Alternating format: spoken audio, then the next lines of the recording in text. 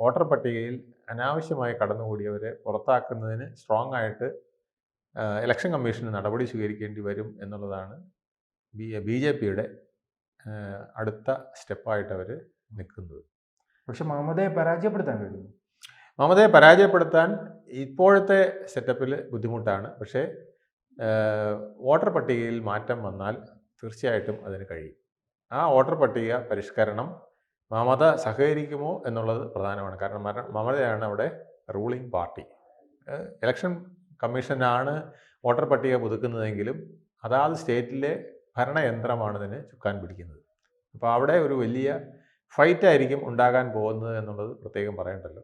അപ്പോൾ ആ ഫൈറ്റിൽ അതെങ്ങനെ മുന്നോട്ട് പോകുമെന്നതിനെ ആശ്രയിച്ചിരിക്കും.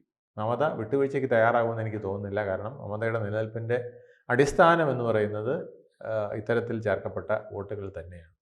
2 തവണകളിലായിട്ട് അവർ ഭരണത്തിൽ ആനുകൂല്യം ഉപയോഗിച്ചുകൊണ്ട്. കൂടുതൽ വാർത്തകളും വിശേഷങ്ങളും നിങ്ങളിലേക്ക് എത്താൻ ABC മലയാളം സബ്സ്ക്രൈബ് ചെയ്യുക, ബെൽ ബട്ടണും അമർത്തുക.